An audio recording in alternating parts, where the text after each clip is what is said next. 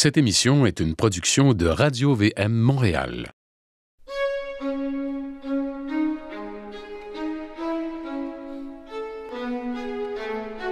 Partenaire à votre santé avec Dominique Lortie. Mesdames, Messieurs, ici Dominique Lortie. Bienvenue à l'émission Partenaire à votre santé. Une série d'entretiens avec différents acteurs du monde de la santé qui mettra en lumière le mouvement du patient partenaire. L'émission d'aujourd'hui portera sur le sujet du patient accompagnateur et du projet de recherche Parole Onco. Pour nous éclairer sur ce volet bien spécifique du patient partenaire, j'ai avec moi en studio Dr Marie-Pascale Paumé, médecin de santé publique et professeure titulaire à l'École de santé publique de l'Université de Montréal. Co-directrice du Centre d'excellence sur le partenariat avec les patients et les publics, elle est chercheure senior, médecin du Fonds de recherche du Québec en santé, en évaluation des technologies et des modalités de pointe au Centre de recherche du CHUM. Elle s'intéresse plus particulièrement aux méthodologies d'engagement des patients dans tous les niveaux du système de santé et à l'apport des patients au niveau clinique, organisationnel et stratégique à l'amélioration de la santé et de la sécurité des soins. Elle mène un projet en oncologie financé par les Instituts de recherche en santé du Canada qui se nomme Parole Onco, avec des patients accompagnateurs comme levier pour améliorer l'expérience de patients aux prises avec un problème de cancer. Et ce, afin de répondre aux besoins informationnels et émotifs de ces patients et de sensibiliser les professionnels de la santé au vécu des patients. Je suis également aujourd'hui avec Marie-Andrée Côté, avocate de profession, avant de devenir patiente partenaire au CHUM et patiente accompagnatrice pour Parole Onco depuis 2019. Sa vie avec la maladie débute par un cancer du sein diagnostiqué en 2006. Cette nouvelle, comme on peut l'imaginer, bouleverse son projet de vie et l'amène sur celui de l'expérience douloureuse de la remise en question, d'une suite d'opérations, de traitements de chimio, de radiothérapie et également d'un traitement d'immunothérapie aux 3 semaines qui perdure, lui, depuis 2016. Dr Paumé et Marie-Andrée Côté, mesdames, bonjour. Bonjour, Madame Lortie. Bonjour, je vous souhaite bienvenue sur les ondes de Radio-VM. Alors, Marie-Pascale Paumé, vous êtes née en France, à Neuilly-sur-Seine, dans la deuxième moitié des années 60.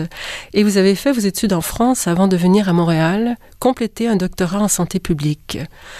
Le sujet du patient partenaire ou du partenariat patient est alors nouveau. L'idée d'un patient, que le patient puisse faire partie d'une équipe soignante, que ce soit comme autogestionnaire de ses soins, comme membre de sa propre équipe soignante ou comme patient accompagnateur ou encore comme participant à la recherche, est un concept nouveau qui n'en est alors qu'à ses balbutiements. Alors, d'où vous est donc venu cet intérêt pour une approche de soins qui se veut, si j'ose dire, désormais plus démocratique, disons-le? Et plus humaniste. Ah, voilà, d'accord, très bien. Écoutez, moi, dès le départ, quand j'ai commencé mes études de médecine en France, j'ai été particulièrement choquée de la manière dont on était éduqués. On était surtout des machines à apprendre par cœur, des pages et répondre à des questions à choix multiples. Ah bon. Mais tout ce qui concernait la relation d'être avec la personne et la personne soignée était quasiment totalement absente. On était un peu exposés à ça pendant nos stages, mais on en parlait très peu. Et surtout, ce que je voyais, c'était tellement paternaliste, avec un droit de vie et de mort de la part des équipes soignantes, que ça me révoltait complètement.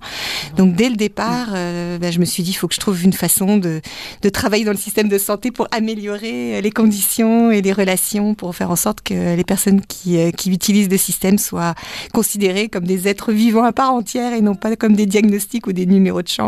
Oui, et vous aussi d'ailleurs, parce qu'en fait, si on vous demande d'apprendre par cœur tout et de peser sur un bouton, vous devenez un robot, quoi. Vous n'êtes plus... alors, le côté humain aussi, du côté soignant, rentre en ligne de compte, non? Exactement. Et puis, moi, j'avais l'impression, en tout cas, que c'était pas du tout valorisé tout au long de notre parcours d'étudiant en médecine, alors que moi, je pense que c'était là où j'étais quand même plus à l'aise.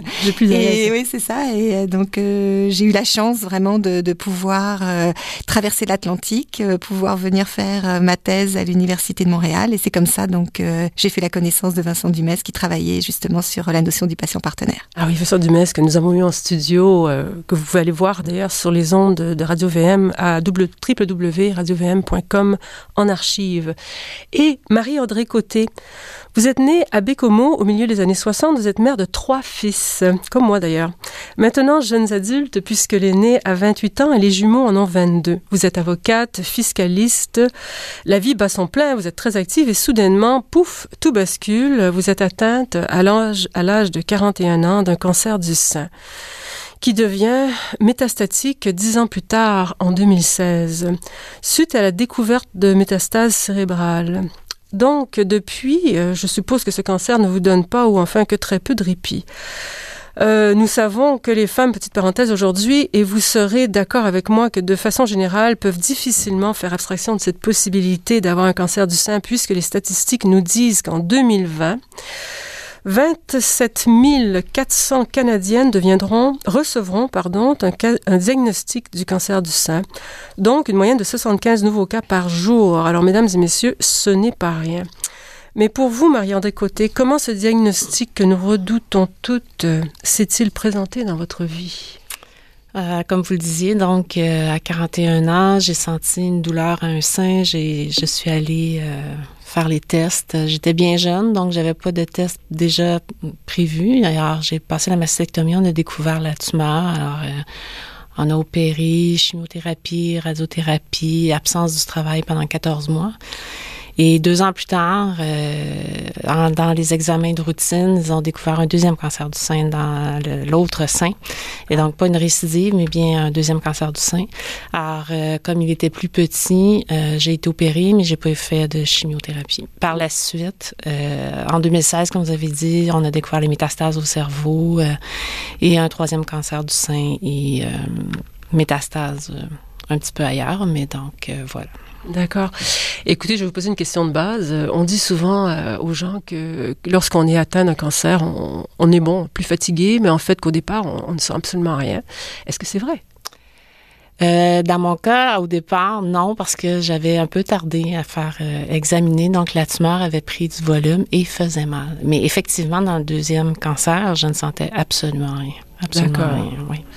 Et donc, c'est qu'il était, vous le sentiez, il était peut-être en surface, il n'était pas, comment, dites-moi. Il y avait, la tumeur avait tellement grossi qu'elle prenait de l'expansion dans le sein, donc c'était devenu dur et...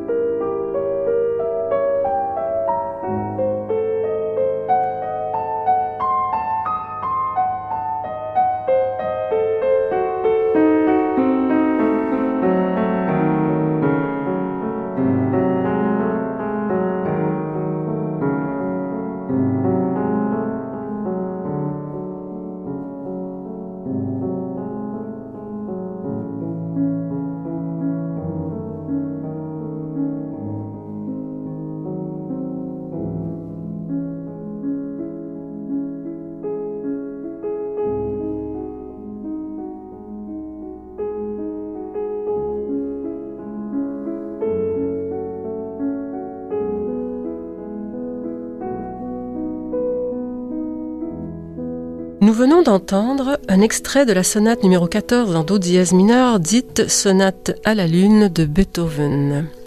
Nous sommes de retour avec Dr Marie-Pascale Pomé, médecin et professeur à l'École de santé publique de l'Université de Montréal, et avec Marie-André Côté, patiente partenaire au CHUM et patiente accompagnatrice pour Paralonco. Alors, Dr Pomé, vous êtes chercheur au CHUM dans différents volets du partenariat patient et en particulier sur le soutien des pairs.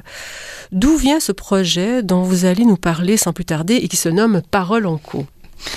Bien, c'est un projet qui fait suite à une première expérience que j'ai eue et qui m'a beaucoup marquée, où j'ai eu la chance de travailler avec l'équipe du CHUM qui s'occupe de la réimplantation des doigts et des mains lorsque l'on a un accident, malheureusement, après avoir fait des travaux manuels. Et on s'était rendu compte que les patients, lorsqu'ils avaient la chance de pouvoir bénéficier du soutien par les pairs dans les salles d'ergothérapie après la chirurgie pour faire toute la réadaptation, étaient capables de pouvoir garder leur réadaptation pendant 1 an à 86%, alors que quand ils étaient tout seuls, renvoyés donc dans les régions, ça tombait à 30-35%. Ah bon, donc on a été vraiment très très très impressionnés par ça. Puis à cause des réorganisations et la création du nouveau CHUM, il y avait de moins en moins d'expositions entre les pairs possibles. Et donc, on a créé un premier projet qui a été vraiment de mettre en connexion des patients qui avaient fini leur réadaptation avec des patients qui venaient juste d'avoir cet accident. Et on a commencé à faire des études et là, on s'est rendu compte à quel point c'était absolument fascinant de l'impact que ça avait sur les équipes cliniques, l'impact que ça avait sur les patients et l'impact que ça avait sur les patients accompagnateurs. Et lorsqu'il y a eu donc un appel à projet qui a été lancé par les instituts de recherche en santé du Canada pour créer des innovations en oncologie, je me suis dit, ce qui a été fait dans la clinique de la main, on devrait absolument essayer de faire en sorte que ça puisse exister en oncologie. Et comme vous l'avez dit en introduction, la grande particularité, parce que ça a toujours existé, le soutien par les pairs, et en particulier en oncologie, mais là, c'est que vraiment on intègre les patients accompagnateurs au sein des équipes cliniques. Donc, ils font partie vraiment intégrante de l'équipe de soins. Et donc, quand les patients sont traités pour un cancer, en particulier là ici, un cancer du sein, on leur propose systématiquement de pouvoir rencontrer une personne qui a déjà vécu un épisode comme eux. Et ça leur permet comme ça de pouvoir visualiser vers quoi ils s'en vont, de pouvoir répondre à des questions qu'ils osent absolument pas poser à leur équipe soignante. Souvent, ils ont peur de déranger. Donc, c'est une très belle façon, en tous les cas, de faire en sorte que des informations et des questionnements qui ne sont pas résolus puissent se faire de cette façon-là. Et ce qui est intéressant aussi, c'est que comme le patient accompagnateur est inclus dans l'équipe, il est capable aussi de pouvoir remonter de l'information auprès de l'équipe pour les alarmer éventuellement sur des situations ou aussi expliquer que il y a peut-être des manières de faire qui pourraient être encore plus adaptées pour les patients. Donc, ça fait aussi de la formation continue, on va dire, pour les professionnels. Génial. Et donc, Marie-Andrée Côté, vous êtes patiente accompagnatrice. Alors, comment devient-on patiente accompagnateur? Est-ce que on est approché systématiquement ou vous avez performé de façon extraordinaire? Non, en fait, moi, étant donné ma trajectoire de soins, j'ai... le fait de ma capacité à travailler avait été beaucoup diminuée et donc je cherchais à combler ce vide en moi et je me suis impliquée, je suis traitée au CHUM, donc je me suis impliquée au CHUM d'abord comme patiente partenaire organisationnelle, donc essayer de travailler les trajectoires de patients, etc. Et par la suite des choses, ça m'a mis en contact avec d'autres patients partenaires qui travaillaient déjà avec Marie-Pascale sur le projet de Parole Onco et ça m'a absolument ébloui et attiré directement. Et là, on s'est rencontrés, on a discuté. J'ai eu la formation parce qu'on ne devient pas patient accompagnateur comme ça du jour au lendemain. Donc, voilà, ça a été une rencontre absolument formidable. Mais alors là, j'ai une question, une grande question à vous poser à toutes les deux. Alors, on dit que le patient partenaire accompagne le patient et qu'il peut se faire un retour vers l'équipe soignante. Alors, je suppose qu'il doit y avoir quand même des documents légaux, des choses, on doit signer un truc. Il y a la confidentialité, le patient qui révèle quelque chose doit pouvoir accepter, je suppose. Vous avez tout à fait raison. Ouais. Dans le cadre de ce projet, on a beaucoup travaillé sur les enjeux éthiques et juridiques de l'implication de personnes qui ne sont pas rémunérées, qui n'ont pas un statut, comment on pourrait dire, officiel, avec effectivement une feuille de paye, là. Donc, c'est vraiment un statut de bénévole. Et dans ce cadre-là, effectivement, les personnes doivent s'engager à respecter le secret médical, en sachant quand même que les patients accompagnateurs n'ont pas accès au dossier médical. Ils ont accès à un résumé qui est donné oralement par les professionnels de la santé, parce que c'est vraiment important quand même qu'ils puissent situer la personne, qu'on puisse aussi s'assurer qu'il y ait quand même une certaine concordance entre la personne qui nécessite un accompagnement et puis le patient accompagnateur. Donc ça, effectivement, on le propose dès le départ, mais il y a quand même des règles et on les a co-construits avec les patients. C'est pas du tout un travail qui a été complètement déconnecté. Il y a eu un travail fait d'abord par des juristes et des éthiciens, mais très très très rapidement. Enfin vraiment, c'est juste après le premier tour de piste sur les documents légaux ou éthiques que tout ce travail-là ensuite ensuite été coécrit avec, par exemple, Marie-André qui a énormément participé à ça. Donc, on a même des documents maintenant qu'on va pouvoir même distribuer non seulement au niveau du Québec, mais aussi à l'international. Ouais. C'est génial. Mais je suppose que tout ça est réajustable, puisqu'on est au début, vous pouvez vous réunir une fois tous les ans, tous les 2 ans, je sais pas quoi, pour remettre les choses à l'heure. Et, tous les ans, on fait une mise à jour un peu de la manière. Puis aussi, le fait qu'on est quand même dans une période où on teste, et puis on ne le fait pas que seulement au CHUM, on le fait dans 6 établissements au Québec. Ça permet aussi de se mettre en situation, de voir des nouvelles situations auxquelles on n'avait pas forcément pensé, et puis de voir de quelle manière on y répond aussi au niveau éthique. Et ça aussi, c'est intéressant parce qu'on essaye de mettre en réseau les patients accompagnateurs entre eux pour qu'ils puissent aussi échanger sur leurs pratiques. Et à partir aussi de ces échanges de pratiques, nous, on va chercher des situations qui nécessitent un regard éthique ou juridique. Ça permet d'alimenter notre réflexion, puis de faire en sorte que ça rentre aussi à la fois dans la formation, parce que la formation prend en considération toutes ces dimensions-là, et aussi les documents que les patients vont devoir signer, le document de référence aussi qu'ils doivent lire en lien avec les enjeux éthiques et juridiques. Et au niveau humain, alors Marie-André Côté, lorsque vous rencontrez quelqu'un, est-ce que on décide, c'est la patiente avec vous, je suppose, qui décide du nombre de temps que vous devez passer avec elle, mais il y a aussi ce côté, pour vous aussi, ça doit être quand même difficile peut-être des fois de ne pas s'attacher à cette personne, si elle vit avec la même chose que vous. Est-ce que dans la formation, on vous forme justement à garder peut-être une distance, je sais pas? Absolument. Je pense que de là, la formation est vraiment importante parce qu'il faut toujours se rappeler qu'on ne devient pas des amis. On est là pour soutenir la patiente, l'aider à cheminer, à progresser avec la maladie, mais il faut toujours se rappeler aussi bien qu'on soit bénévole, on représente le CHUM, donc il faut quand même garder une certaine distance, mais les appels peuvent durer de 10 minutes à 1h30 et il peut y avoir plusieurs appels en fonction de la trajectoire de la patiente, donc c'est vraiment selon les besoins de la patiente. C'est pas que des appels, hein.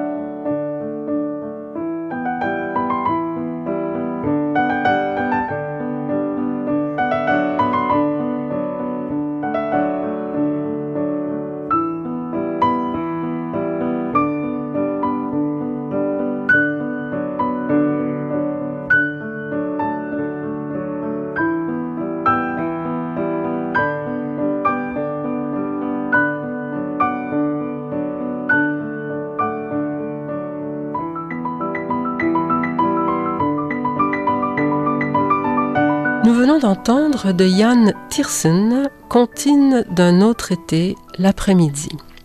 Je suis de retour avec Dr Marie-Pascale Pomé, médecin, chercheur et professeur à l'École de santé publique de l'Université de Montréal, et avec Marie-André Côté, patiente partenaire au CHUM et patiente accompagnatrice pour Parole Onco, qui est un projet de recherche qui évalue l'intervention des patients accompagnateurs en oncologie.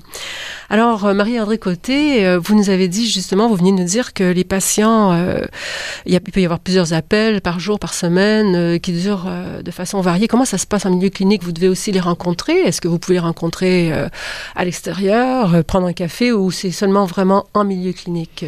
Effectivement, le modèle qu'on regarde pour l'instant, ce qu'on voudrait, c'est que une fois qu'on a la patiente a rencontré le médecin, qu'elle rencontre ensuite l'infirmière pivot, là, sur place, à la clinique, on rencontre la patiente qu'on veut accompagner, qu'on souhaite accompagner, et on lui propose nos services, on lui explique ce qu'est un patient accompagnateur. Quelquefois, ça va fonctionner immédiatement. D'autres fois, la patiente peut être sous le choc d'un diagnostic et c'est trop d'informations pour elle. Donc, on peut lui proposer de la rappeler à un autre moment, dans une semaine, par exemple, pour lui laisser le temps de gérer tout ça. Donc, il y a plusieurs façons de faire, mais l'idéal, c'est vraiment une rencontre physique, à mon avis. Oui, parce qu'à ce moment-là, il peut y avoir aussi, je sais pas, je pose la question, est-ce que c'est déjà arrivé? On nous propose quelqu'un avec toute la bonne intention du monde, on dit oui, et là, on arrive, et puis là, ça va vraiment pas, il y a pas de chimie, quoi. Ah oui, voilà. mais oui. À ce moment-là, est-ce que c'est... À ce moment-là, il faut prendre du recul et se dire, OK, je peux vous proposer une autre patiente accompagnatrice qui peut-être va avoir plus de facilité à échanger avec vous, et il faut aucunement prendre ça personnel. On est là pour aider la patiente, c'est pas pour nous. Et c'est assez rare quand même comme situation. Oui, c'est quand même assez rare. C'est quand même assez rare, oui. Et alors là, on est en oncologie, on est au niveau du cancer du sein. Est-ce que on peut, je sais pas, mêler les expériences? Est-ce que quelqu'un qui a un cancer d'autre chose peut rencontrer quelqu'un qui a un cancer du sein? Ou est-ce que les gens demandent plus spécifiquement, ou c'est plus... Dans le cadre du Parole Onco, on essaye de faire en sorte qu'on respecte les cancers et que ce soit un patient accompagnateur qui ait vraiment vécu le même cancer. On est en train de le développer dans d'autres types de cancers. Au CHUM, il y a un projet actuel sur le cancer de la thyroïde. Il y a le cancer de la prostate aussi, où il y a déjà beaucoup de patients qui sont présents, mais pas exactement sur la même modalité que celle que l'on présente. Et il y a le cancer aussi, des cancers gynécologiques. Il y a le cancer du poumon à HMR qui va débuter incessamment sous peu. Et aussi, on a les cancers génétiques au CHU de Québec, où les patientes peuvent déjà bénéficier pour les cancers après, quand on a une prédisposition génétique pour avoir un cancer du sein. Donc voilà, donc on teste dans plusieurs domaines, et l'idée c'est effectivement de faire en sorte qu'on puisse toucher le plus possible différents types de cancers. Et a-t-on aussi un peu le même système pour les proches aidants? Parce que pour avoir été proche aidante moi-même toute ma vie en fait, on soutient les patients, d'accord, mais un proche aidant qui comme par exemple, je suppose votre époux, votre mari, lorsqu'il a su que vous avez eu un cancer du sein, ça doit pas être facile quand même. C'est pas facile quand ça tombe tout d'un coup comme ça sur la personne, j'en sais quelque chose. Alors, est-ce que il y a aussi le même système pour les proches aidants, ou peut-on l'imaginer un jour? Oui, on peut l'imaginer. C'est vrai que comme vous le disiez dans l'introduction, on est vraiment dans un projet de recherche. Voilà. Donc dans le projet de recherche, on a vraiment décidé qu'on s'intéressait plus particulièrement aux patients. Mais très rapidement, on s'est rendu compte qu'il fallait aussi développer ce type d'initiative pour les proches aidants. Donc en lien avec notre projet de recherche, certaines initiatives ont été réalisées par certains établissements, mais ils ne rentrent pas exactement dans notre évaluation de Parole Onco. C'est ça, mais on va le faire. On est au début, c'est génial d'être au début de quelque chose, de fonder quelque chose. Exactement. Et alors là, j'ai une autre grande question, parce que là, ce que j'ai bien compris, c'est que tout ça se fait de façon bénévole pour les patients partenaires. Mais en fait, vous devez suivre une formation, on prend votre temps, et éventuellement, vous avez pu avoir votre cancer jeune, vous êtes en rémission, et là, c'est quand même du temps alloué à une bonne cause. Je suis d'accord, je fais la même chose. Mais en même temps, est-ce qu'on pourrait imaginer un jour que le système de santé puisque si ça a des apports positifs et que ça peut sauver même de l'argent au système éventuellement, est-ce que le système pourrait pas peut-être d'une façon ou d'une autre, je sais pas. Qu'est-ce que vous en pensez? C'est un bon point. Dans santé mentale, on connaît bien les pères aidants. Donc, les pères aidants sont aussi des personnes qui ont vécu des problèmes de santé mentale et qui mettent à profit leur expérience pour d'autres personnes. Ils incarnent finalement le processus de rétablissement. Et dans des établissements, de plus en plus de pères aidants sont présents maintenant dans les services de psychiatrie et sont rémunérés. Mais leur statut est encore assez complexe. On n'a pas encore réussi au Québec à vraiment leur reconnaître une place qui fasse en sorte que ce soit facile de les rémunérer. Donc actuellement, ça passe souvent à l'extérieur de l'établissement plutôt qu'à l'intérieur de l'établissement. Donc ce sont des associations qui sont payées et qui permettent ensuite de pouvoir payer le père aidant. Donc je pense que comme vous disiez, on était un peu des bâtisseurs et puis en train de changer les choses. Déjà, la santé mentale a une grande longueur d'avance par rapport à nous sur le fait que c'est beaucoup plus commun d'avoir des pères aidants. Donc j'espère qu'en oncologie, on va pouvoir aussi faire en sorte que ça ça devienne vraiment une normale d'avoir des patients accompagnateurs dans les services d'oncologie. De là à dire s'il faut tous les rémunérer, je pense que c'est un sujet qui est assez complexe. Qu'est-ce que vous en pensez, Marie-André? Moi, j'étais en grande réflexion sur le sujet. En ce qui me concerne, pour moi, accompagner une patiente, c'est de la bienveillance. Donc, j'ai un peu de difficulté à voir comment je pourrais être rémunérée pour faire une telle chose. Évidemment, rembourser les dépenses, etc., ça va, mais c'est ça. Mais je pense que c'est une matière à réflexion, définitivement. Ouais. C'est ça, au moins qu'il y ait quelques... Bon, c'est très bien quand on peut se le permettre d'être bénévole, hein, parce que c'est ça, en fait. Moi aussi, je suis bénévole. Quand on peut se le permettre, c'est bien. Mais il y a des gens pour qui les heures comptent... et à ce moment-là, s'il peut y avoir un avantage quelconque, même si c'est pas un apport financier direct, peut-être. Et de toute façon, mais c'est sûr que nous on pousserait à faire en sorte. Mais je pense que ça nécessiterait aussi de faire une évaluation de la manière dont ça modifie éventuellement ou pas finalement l'intervention d'être rémunéré. On fait l'hypothèse que ça pourrait, mais peut-être que non. Peut-être que non. Bah oui, ça vaudrait vraiment la peine de faire une comparaison entre les deux. Puis comme vous le dites, il y a des personnes qui ont vraiment besoin. Puis ça fait partie justement aussi du rétablissement, puis d'une autre façon de continuer sa vie professionnelle. Donc je pense qu'au contraire, ça doit vraiment être un débat qui doit être mené. Et puis il y a eu des expériences qui ont été menées dans certains établissements et on se rend compte en plus que, comme vous dites, c'est que ça coûte pas très cher et ça peut rapporter gros. Ah, définitivement. C'est excellent. Pour conclure cet entretien, et avant de nous quitter, j'aimerais vous lire ce passage de Christiane Singer, tiré de son dernier livre intitulé « Dernier fragment d'un long voyage ». Une autre chose dangereuse et superflue en état de maladie est de penser à la maladie. Mais le plus redoutable serait de laisser à la médecine sa possession exclusive. Il faut être clair. Lorsqu'on analyse tout scientifiquement, on a des résultats scientifiques. La science engendre la science, tautologie parfaite. Système clos que rien ne menace. On a des résultats, mais pas de fruits pour autant. Pour le fruit, il faut que le 1 ait éclaté. Il faut le 2. À l'horizon du savoir doit se joindre la verticale de l'inconnu. C'est seulement lorsque l'horizon scientifique de lucidité et de recherche rejoint la verticale du secret que le fruit peut naître. Mesdames, je vous remercie pour cet entretien. Partenaire à votre santé, à la technique Valérian Fournier, ici Dominique Lortie. Mesdames, Messieurs, je vous souhaite une bonne semaine.